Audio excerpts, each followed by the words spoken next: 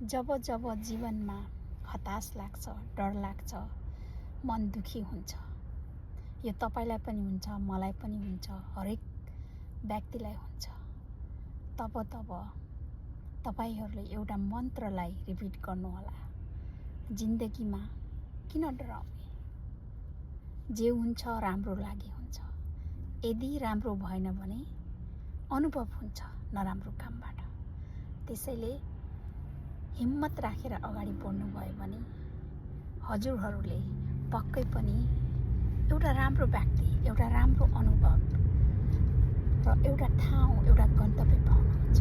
तर हताश हुनुभयो, निराश हुनुभयो, डराउनु भयो, दुखी हुनुभयो भने हजुरहरूलाई नै गाह्रो हुन्छ, अरू कसैलाई हुँदैन। किनभने अगाडि बढ्ने मान्छे त बढी नै हाल्छ होइन, कहिले पनि पछाडि फर्केर हेर्दैन। यदि आफूसँग पछाडि हिँड्ने मान्छे साथ हिँडेन भने कसैले पनि जबरजस्ती तानेर लान सक्दैन। त्यसैले गर्दा